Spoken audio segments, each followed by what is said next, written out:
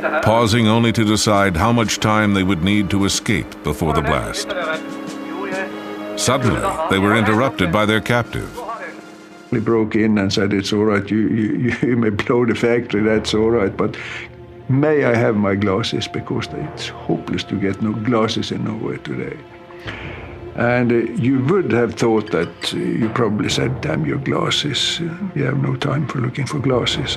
But instead you dropped what you were doing and you searched all around the room and you found the holster for his glasses and gave him, and he said, "Thank you very much." And so we went on with taping the fuses. Brillene mine, jeg må ha dem. Har jeg på nesen? Ut da!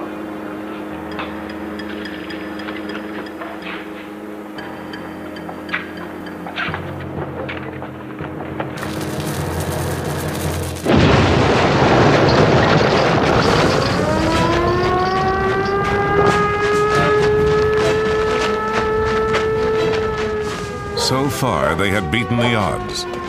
Now the commandos had only seconds to make their escape. And after a few minutes, 1 minute, maybe 2 minutes, they were there with us on the railway line.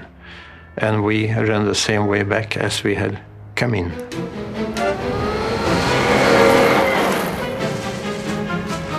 The road condition and the snow condition were excellent, because on the railway quite a lot of the snow had blown away on the outer side, and that was frozen solid ground, and we didn't put a mark. So everything was actually on our side. With determination, skill, and daring, the saboteurs had dealt a crippling blow to their enemy without losing a man. But heavy water had become a German priority, and within 6 months, the factory was back in operation.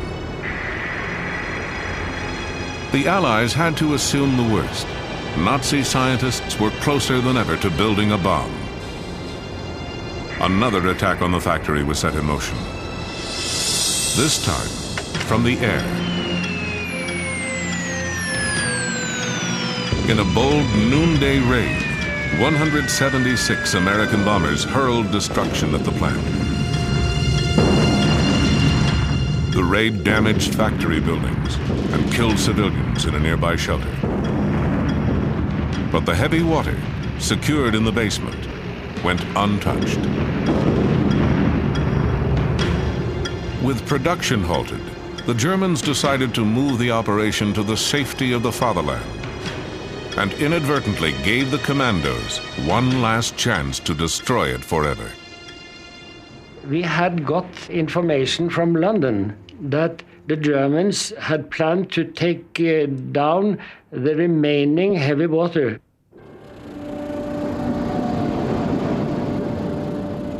Team members secretly scouted the route. The heavy water would be loaded onto railway cars and taken by train to Lake Tinsha.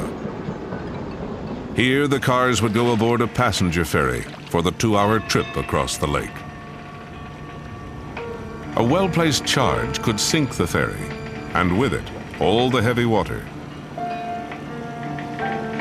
But sinking a public ferry meant paying a terrible price. Our conclusion was that the sinking of the ferry was about the only possible solution. It would have to be civilian sabotage, which was naturally a very serious thing to deal with. There was no doubt in our mind that there were going to be human lives taken. And furthermore, it could be anybody. And Rjukan was a small town, and it was really almost like all family. Fearing neighbors and friends might die, the Norwegians sent an urgent message to London. The British reply was immediate and uncompromising. It has been talked over, and the conclusion is the heavy water has to be destroyed. Good luck. And when you get such a message from London, you have to do it. Not to be drastic, but anybody in my family was scheduled to go on that ferry. I couldn't do anything about it.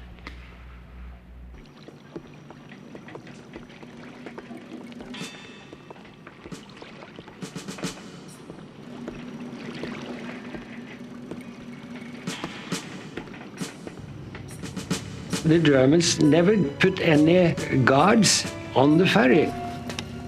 They were watching the barrels on the railway.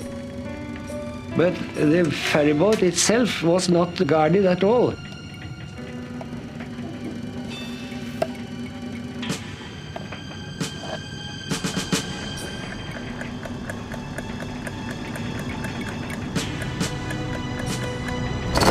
At 10 o'clock on a quiet Sunday morning, the ferryman cast off from the dock on schedule.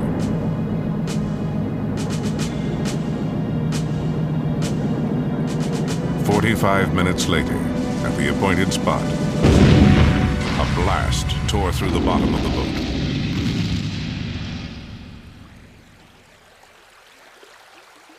It was a very, very hard blow, and the ferry rapidly rose. And the cargo on the ferry, they were railway wagons, you see, so they rushed down and tilted the ferry still more.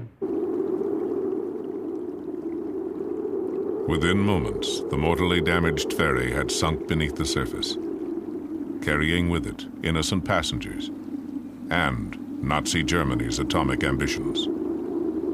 The heavy water being on board went down with the ship, and it's still on the bottom of the Tinsha Lake.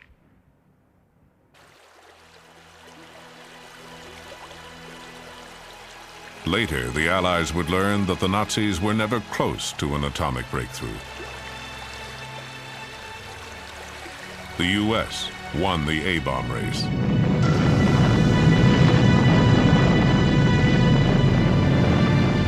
Within months of the German defeat, America dropped the first atomic bomb. But in the Allies' hands, the bomb helped to win a war, not perpetuate one. If Hitler had the bomb, he might have used it to devastate the world. The Norwegian Resistance fighters did their part to stop him. Their mission was one of the greatest feats of sabotage in military history, something that had to be done at all costs, and was. You have to fight for your freedom and for peace. It's not something that you have every day. You have to fight for it every day, to keep it. It's like a glass bowl. It's very easy to break. It's easy to lose.